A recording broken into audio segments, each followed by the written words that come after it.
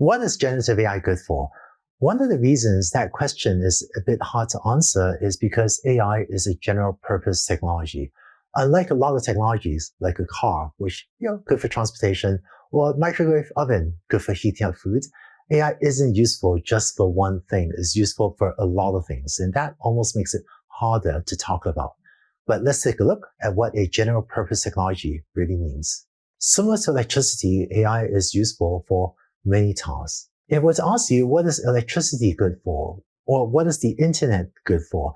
These are other general purpose technologies, and it's almost difficult to think, what is electricity good for? Because it's so pervasive and it's used around us for so many different things. In fact, as you saw earlier, supervised learning is useful for many tasks, like spam filtering, advertising, speech recognition, and many others. And generative AI is like this too. In the last video, you saw a few of the tasks that an LLM can carry out, answering certain questions and helping with writing, for example.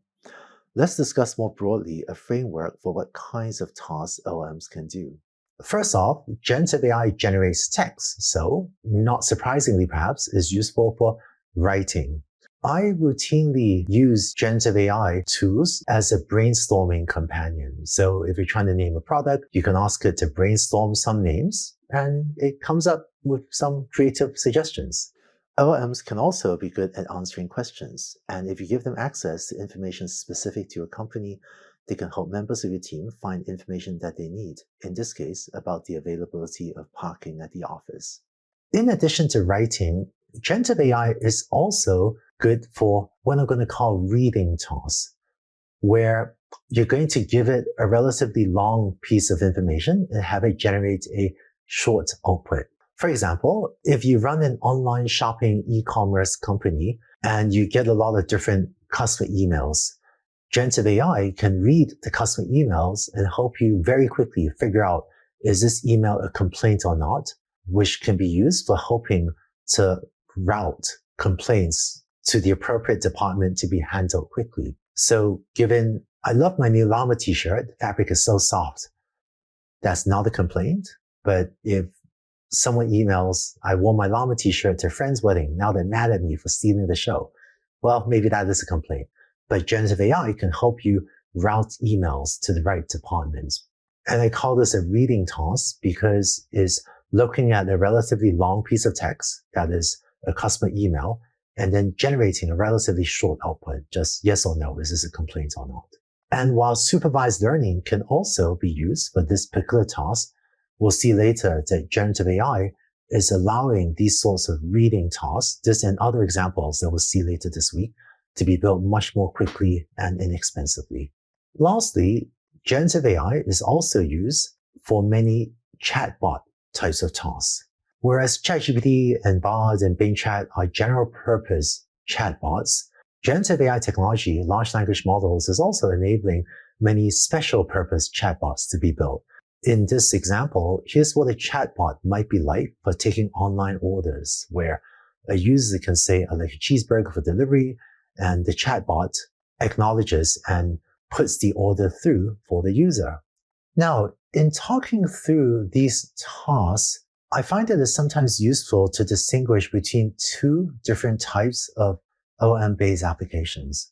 One is examples like this brainstorming one, where it'd be quite natural for you to type a prompt like this into ChatGPT or Bard or Bing Chat or one of the other free or paid large language models on the internet and get a result back. So I'm going to call an application like this a web interface-based application. In contrast, in the example of recognizing if an email is a customer complaint, this fits more into a company's email routing workflow, and it doesn't really make sense for anyone to cut and paste customer emails one at a time into a web interface to get back answers as to which ones are actually complaint emails. So this is an example of an LLM that would make sense when it's built into a larger software automation that, in this case, helps with the company's automated email routing. So I'm going to call this a LLM-based software application.